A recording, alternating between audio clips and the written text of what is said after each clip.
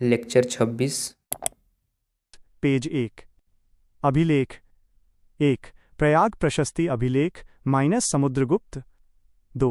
मेहरौली स्तंभ लेख चंद्रगुप्त 2 विक्रमादित्य 3। मंदसौर अभिलेख माइनस कुमारगुप्त 4। जूनागढ़ अभिलेख माइनस स्कंदगुप्त। सिक्के। सबसे अधिक सोने के सिक्के। 2 प्रकार के सिक्के। 1 दिनार माइनस सोने का 2 रुपये का माइनस चांदी का। भवन निर्माण।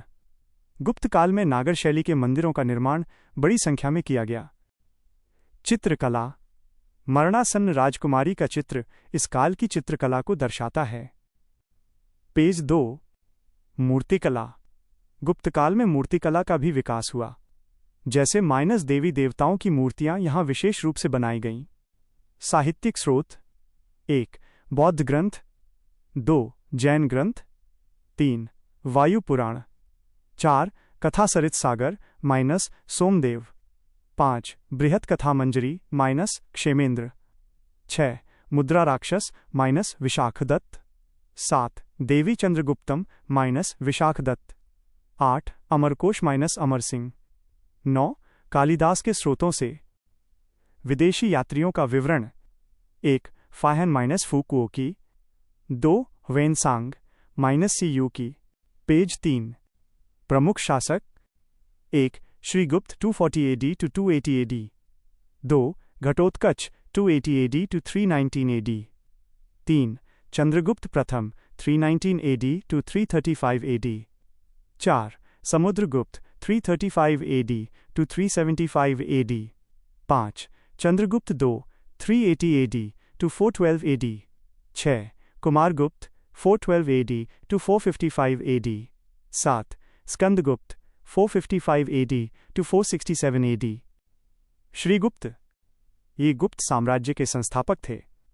इन्होंने पहली बार महाराज की उपाधि धारण की थी।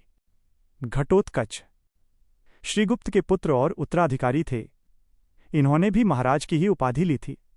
इन्होंने साम्राज्य विस्तार नहीं किया। पेज 4। चंद्रगुप्त प्रथम। ये गुप्त साम्राज्य के वास्तविक संस्थापक थे। इन्होंने गुप्त साम्राज्य का विस्तार उत्तर भारत में किया था। इन्होंने लिच्छवी राजकुमारी कुमारदेवी से विवाह किया था। इन्होंने महाराजा धीराज की उपाधि धारण की थी। इन्होंने कुमारदेवी के नाम पर चांदी के सिक्के रुपये का जारी किए थे। इन्होंने भागवत धर्म को अपनाया था। इन्होंने एक नए संवत गुप्त संवत की शुरुआत 319 AD में की थी। इनकी मृत्यु 335 AD में हो गई। Samudragupta 335 AD to 375 AD। ये चंद्रगुप्त प्रथम के पुत्र और उत्तराधिकारी थे। इन्हें काच और कविराज के नामों से भी जाना जाता है। संगीत में रुचि होने के कारण इन्हें कविराज कहा गया। इन्हें सिक्कों पर वीणा बजाते हुए प्रदर्शित किया गया है। पेज 5। वीणा भारत का प्राचीनतम वाद्ययंत्र है। इन्होंने पराक्रमांक की उपाधि धारण की थी। इन्होंने साम्राज्य विस्तार न केवल उत्तर भारत में बल्कि दक्षिण भारत में भी किया। इन्होंने उत्तर भारत के 9 और दक्षिण भारत के 12 राज्यों को जीता। इन्हें प्राचीन भारत में दूसरा केंद्रीय साम्राज्य स्थापित करने का श्रेय दिया जाता है। दक्षिण भारत के साम्राज्य विस्तार में समुद्रगुप्त ने 3 प्रकार की नीतियों का अनुसरण किया। 1 ग्रहण 2 मोक्ष 3 अनुग्रह।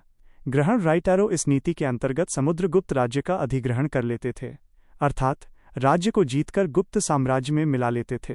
मोक्ष राइट एरो पराजित शासक को उसका राज्य वापस करके स्वतंत्र रूप से शासन करने की अनुमति देते थे। अनुग्रह राइट एरो पराजित शासक को राज्य वापस करके अपने राज्य के अधीन ही शासन करने की अनुमति देते थे। पेज 6।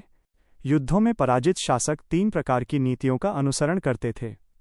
1 आत्मनिवेदन राइट एरो पराजित शासक समुद्रगुप्त से निवेदन करता था।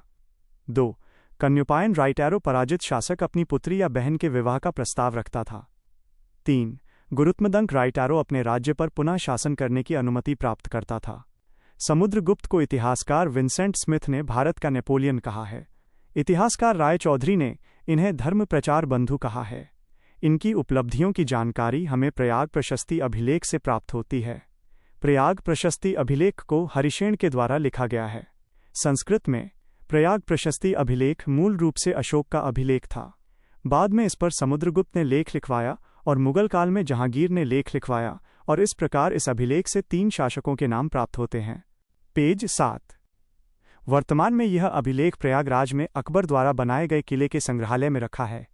वैसे तो समुद्रगुप्त ने भागवत धर्म अपनाया, परंतु उन्होंने बौद्ध धर्म, जैन धर्म इत्यादि को भी संरक्षण दिया। श्रीलंका के शासक मेघवर्मन ने मठ बनाने की अनुमति बोधगया बिहार में मांगी थी, जिसे इन्होंने स्वीकार कर लिया था। बौद्ध विद्वान वसुबंधु को इन्होंने संरक्षण दिया था। इन्हें लिच्छवी दौहित्र के नाम से भी जाना गया। इनका जन्म युद्ध भूमि पर हुआ था। समुद्रगुप्त के 2 पुत्र थे। 1. Ramagupta 375 AD to 380 AD। 2. Chandragupta 2 380 AD to 412 AD।